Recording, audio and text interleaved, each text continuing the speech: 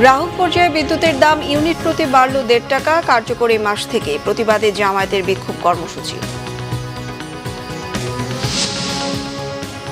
প্রধানমন্ত্রীর সঙ্গে জাপানের ব্যবসায়ী প্রতিনিধি দলের সাক্ষাৎ। অর্থনীতির ক্ষতি কাটিয়ে ওঠার চেষ্টা করছে সরকার, জানালেন অর্থমন্ত্রী।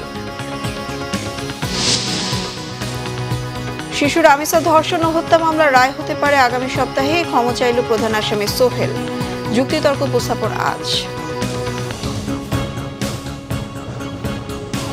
দেখছিলেন ক্রাউন সিমেন্ট সংবাদ শিরোনাম, এবার বিস্তারিত। মূল্যস্ফীতির লাগাম টানার সরকারি প্রতিশ্রুতির মধ্যে এবার বাড়ানো হলো বিদ্যুতের দাম। কম বিদ্যুৎ ব্যবহার করেন এমন নিম্নবিত্ত নাগরিকদেরও গুনতে হবে বাড়তি টাকা, কারণ লাইফলাইন গ্রাহকদের জন্য দাম বাড়ানো হয়েছে 15%। এছাড়া গ্রাহকদের বিদ্যুৎ ব্যবহারের ধাপ অনুযায়ী সর্বোচ্চ 19.94% এবং পাইকারি পর্যায়ে 19.85% দাম বাড়িয়েছে Bangladesh energy regulatory commission BERC। চলতি মাস থেকে বাড়তি টাকা গুনতে হবে গ্রাহকদের। আরও জানাচ্ছেন রিশান নাসরুল্লাহ।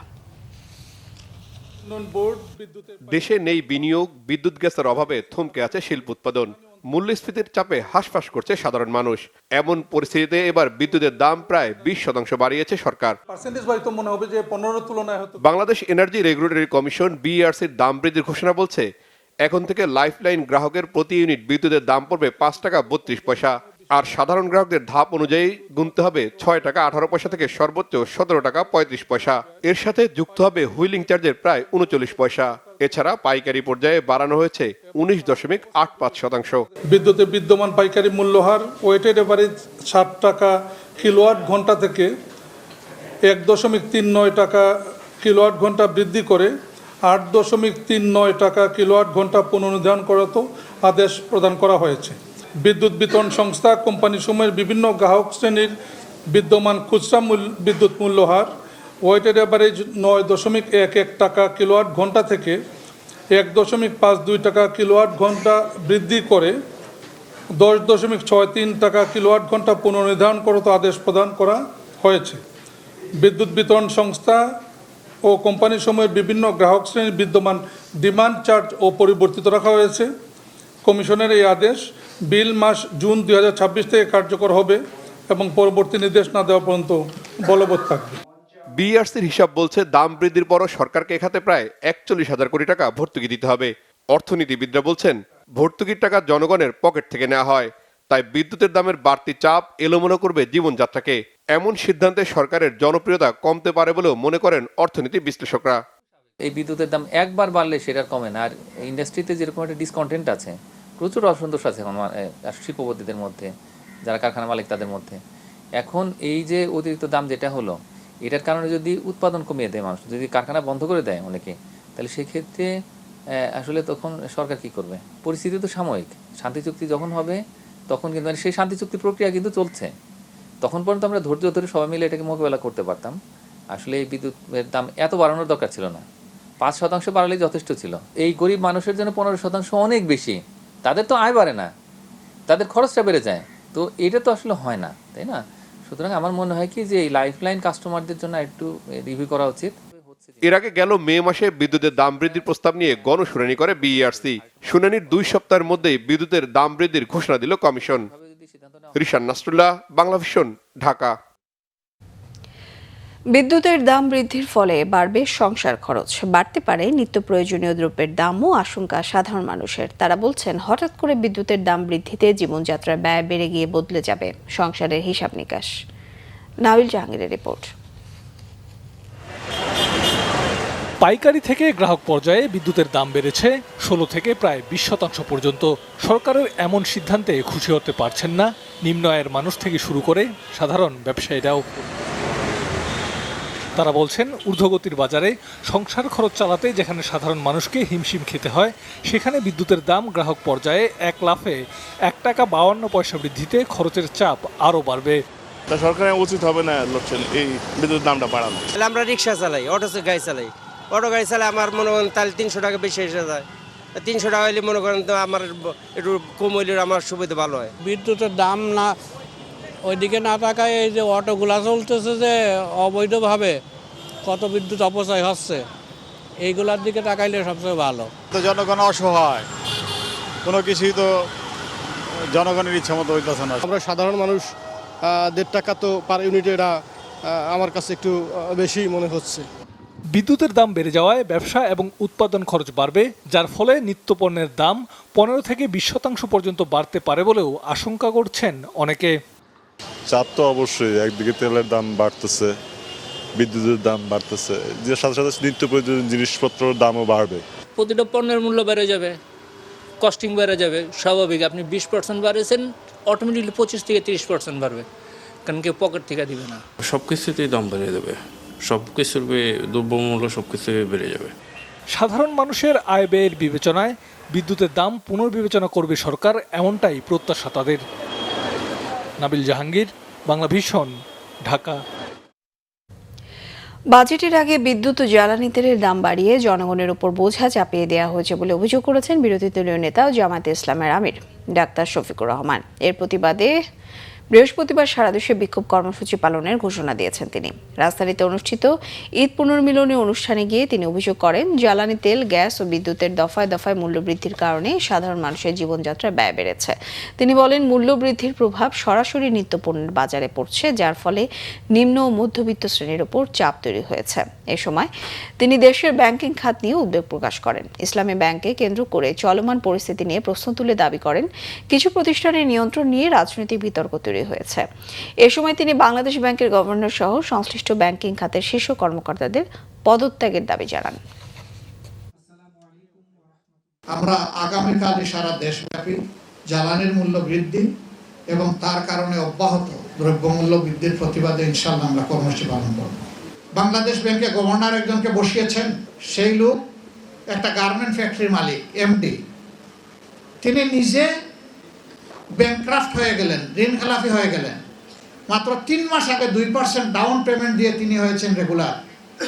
যে একটা গার্মেন্ট ফ্যাক্টরি চালাইতে পারলাম না, ঋণ খেলাফি হয়ে গেল, গোটা বাংলাদেশের ব্যাংক ব্যবস্থা তার হাতে তুলে দেওয়া হলো। এখন তাকে চেয়ারম্যান হিসাবে ইসলাম ব্যাংকে দিয়েছে, তার নিজের আপন স্ত্রী ঋণ খেলাফি। সেই ঋণ খেলাফির জামাই হবে ইসলামিক ব্যাংকের চেয়ারম্যান। প্রধানমন্ত্রী তারেক রহমানের সঙ্গে সাক্ষাৎ করেছেন জাপানের ট্রেডিং ও বিনিয়োগ প্রতিষ্ঠান মিৎসুই অ্যান্ড কোম্পানির প্রতিনিধি দল। মিৎসুই অ্যান্ড কোম্পানি বৈশ্বিক পর্যায়ে লজিস্টিক্স, অবকাঠামো, ধাতু, জ্বালানি এবং খাদ্য বাণিজ্য সহ বিভিন্ন খাতে কার্যক্রম পরিচালনা করে। প্রধানমন্ত্রীর সঙ্গে সাক্ষাৎকালে মিৎসুই প্রতিনিধি দলের মধ্যে উপস্থিত ছিলেন প্রতিষ্ঠানটির এশিয়া প্যাসিফিক অঞ্চলের প্রধান নির্বাহী কর্মকর্তা মাকাতো সাতো, এশিয়া প্যাসিফিক বিজনেস ইউনিটের চিফ স্ট্র্যাটেজি অফিসার তাকানুবু মুরায়ামা, মিৎসুই বাংলাদেশের কান্ট্রি চেয়ারপারসন কেনচিরো কাওয়ামোতো। পরে আমির খসরু মাহমুদ চৌধুরী জানান, অর্থনীতির ক্ষতি পূরণে কাজ করছে সরকার।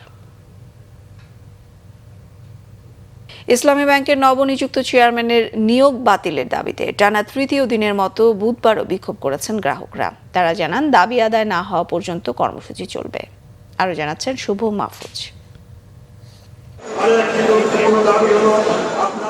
সচেতন গ্রাহক ফোরামের ব্যানারে টানা তৃতীয় দিনের বিক্ষোভ। বুধবার সকাল 9টা থেকে মতিঝিলের দিলকুশা ইসলামী ব্যাংক টাওয়ারের সামনে জড়ো হন ইসলামী ব্যাংকের গ্রাহকরা।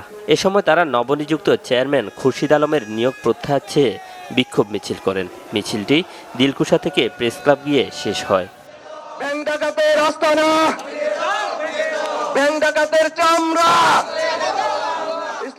আন্দোলনকারী গ্রাহকদের দাবি, দুর্নীতির অভিযোগ থাকা সত্ত্বেও খুরশিদ আলমকে ইসলামী ব্যাংকের চেয়ারম্যান নিয়োগ দিয়ে বাংলাদেশ ব্যাংক আবারও একটি বিশেষ গোষ্ঠীর নিয়ন্ত্রণে দিতে চায় ইসলামী ব্যাংককে।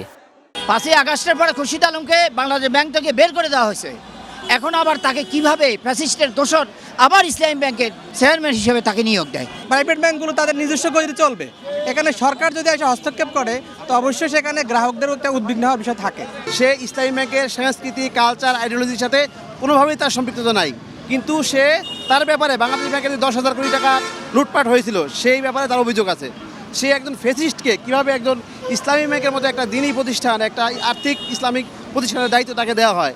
বুঝতে আর বাকি নাই এখানে কি চলছে, আমরা সেটা হতে দেব না, এটাই আমাদের দাবি।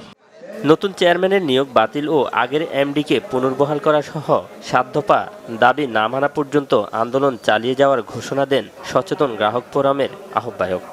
তিনি ঋণ খেলাপি, তিনি ফ্যাসিস্ট স্বৈরাচারের দোসর, তাকে বাংলাদেশ ব্যাংকের ডেপুটি গভর্নর হিসেবে মনোনয়ন দেওয়ার পরেই ব্যাংকের কর্মকর্তা কর্মচারীদের আন্দোলনের মুখে তিনি পদত্যাগ করে পালিয়ে যেতে বাধ্য হয়েছে।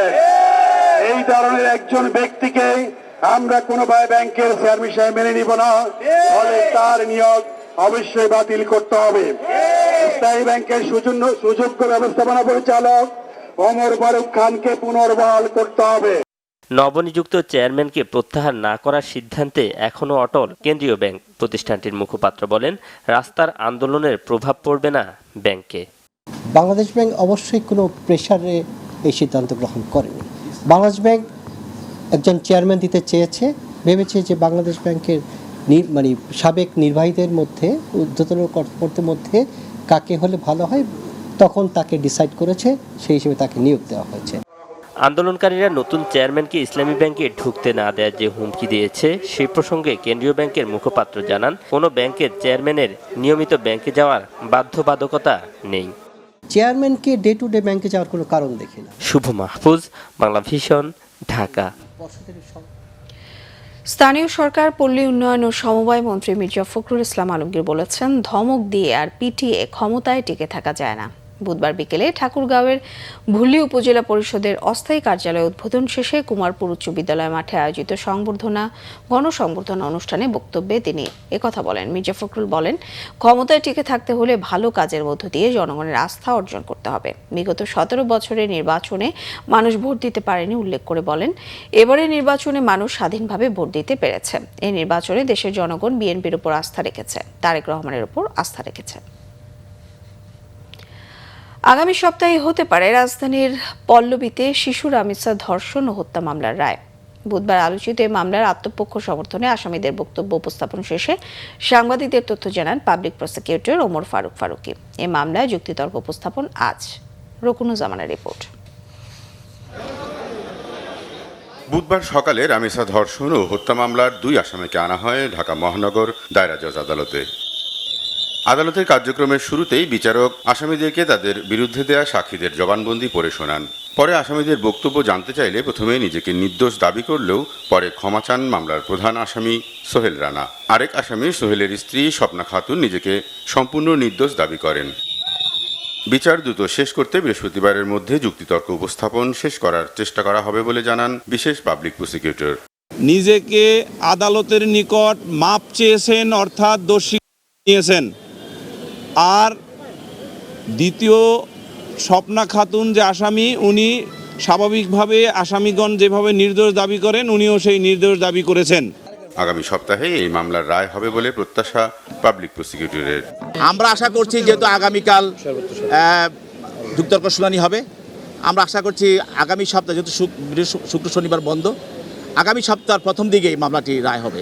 এদিকে আসামির ক্ষমা চাওয়ার বিষয়টিকে আমলে নিয়ে বিচার কাজ এগিয়ে নেওয়ার আহ্বান জানান আসামিদের জন্য রাষ্ট্রনিযুক্ত আইনজীবী। সে বলছে আমি ভুল করেছি, আমি মাপ চাই। আসামি বলেছে আমি ভুল করেছি, আমি মাপ চাই। গত 19 মে মিরপুরের পল্লবীতে প্রতিবেশীর ফ্ল্যাট থেকে উদ্ধার করা হয় 8 বছরের শিশু রামিসার খণ্ডিত মরদেহ। রকুনুজ্জামান, বাংলা ভিশন, ঢাকা। জাতিসংঘের সাধারণ পরিষদের সভাপতি পদে বাংলাদেশের প্রার্থী নির্বাচিত হওয়া দেশের মানুষের জন্য গর্বের বিষয় এবং বাংলাদেশের গণতন্ত্রের বিজয়, বলেছেন পররাষ্ট্র প্রতিমন্ত্রী শামা ওবায়েদ। বুধবার পররাষ্ট্র মন্ত্রণালয়ে সাংবাদিকদের সঙ্গে আলাপকালে পররাষ্ট্র প্রতিমন্ত্রী এসব কথা বলেন। তিনি বলেন, ইনকিলাব মঞ্চের মুখপাত্র শরীফ ওসমান হাদি হত্যাকাণ্ডের পেছনে কার হাত রয়েছে তা জানেন বলে পশ্চিমবঙ্গের তৃণমূল কংগ্রেস নেত্রী মমতা বন্দ্যোপাধ্যায় যে কথা বলেছেন তা নিয়ে আলোচনার কিছু নেই। হাদি হত্যার বিচার আমরা চাই এবং এই যাদেরকে যারা ধরা পড়েছে ভারতে তাদেরকে ফেরত এনে এখানে বিচার বাস্তবায়ন করতে হবে, দ্রুত করতে হবে। সেই বিষয়ে কিন্তু আমরা সচেষ্ট আছি। এখন আরেকজন একটা ইলেকশন হয়েছে আরেকটা দেশে, পাশের দেশে, সেখানে যিনি হেরে গেছেন তিনি বলছেন ওনাদের সরকারকে উদ্দেশ্য করে, সেটা নিয়ে এখানে আমার বাংলাদেশে আমার কমেন্ট করা উচিত হবে বলে আমি মনে করি না।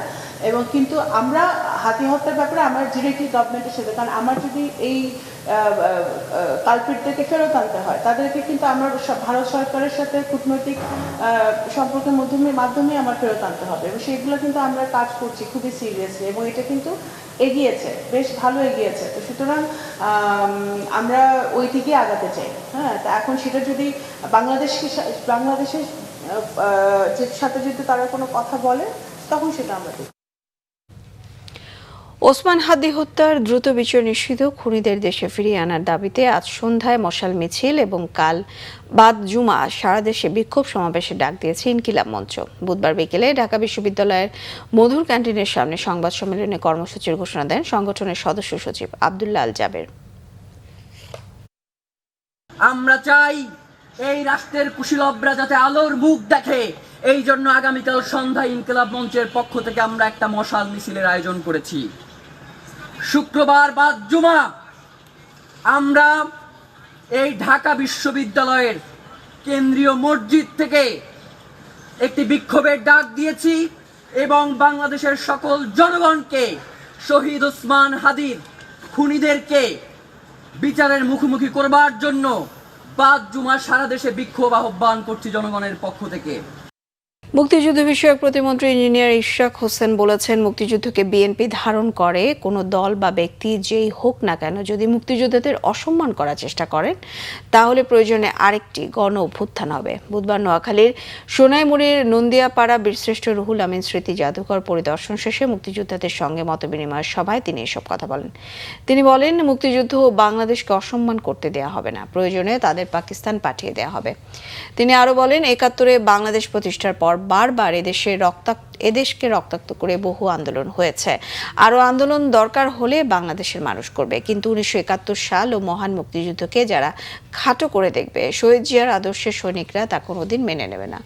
প্রতিমন্ত্রী আরো বলেন, যারা ৭১-এ বাংলাদেশের স্বাধীনতা বিরোধিতা করেছে, মামুনদের ধ্বংস করেছে এবং পাক হানাদার বাহিনীকে সঙ্গে নিয়ে মুক্তিযোদ্ধাদের হত্যার জন্য গ্রামে গ্রামে চষে বেরিয়েছে, আজ তাদের দলের আস্ফালন দেখা যাচ্ছে। ইশরাক হোসেন আরো বলেন, প্রধানমন্ত্রী তারেক রহমানের নির্দেশে সবাই আন্দোলন সংগ্রাম করেছে, গুলির মুখে দাঁড়িয়েছিলেন। মুক্তিযোদ্ধাদেরকে কিন্তু অসম্মানিত করা হয়েছে। এখন আমরা ভুয়া মুক্তিযোদ্ধা শব্দটি লাগে ভুয়া শব্দটি জড়িত হয়ে গেছে। এটা কোনোভাবে একজন মুক্তিযোদ্ধা সন্তান হিসেবে আমার কাছে ভালো লাগে না। আর তাই আমরা এই তালিকা নিয়েও কাজ করব। ইতিমধ্যে প্রায় ৬,০০০-এর অধিক অমুক্তিযোদ্ধাকে সেই মুক্তিযোদ্ধার তালিকা থেকে বাদ দেওয়া হয়েছে এবং জাতীয় মুক্তিযোদ্ধা কাউন্সিল এই কার্যক্রমটি চলমান রেখেছে। বীর নিবাসের বিষয়টি আমরা খতিয়ে দেখব। যারা প্রকৃত মুক্তিযোদ্ধা তাদের সুযোগ সুবিধা এবং তাদের জন্য গৃহ নির্মাণের যে প্রকল্প রয়েছে সেটিকে বাস্তবায়নের জন্য আমরা নিরলসভাবে কাজ করে চলেছি। সংবাদ শেষ করব ক্রাউন সিমেন্ট শিরোনামগুলো আরো একবার জানিয়ে।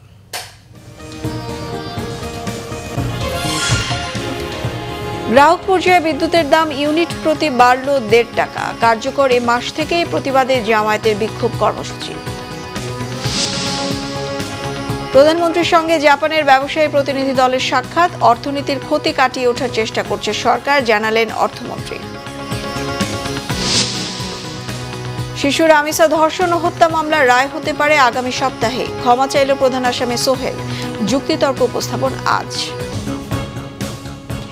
এই ছিল এখনকার মতো, পরের সংবাদ সকাল 10টায়, 9টায় থাকছে নিউজ টপ 10, দেখার আমন্ত্রণ রইল।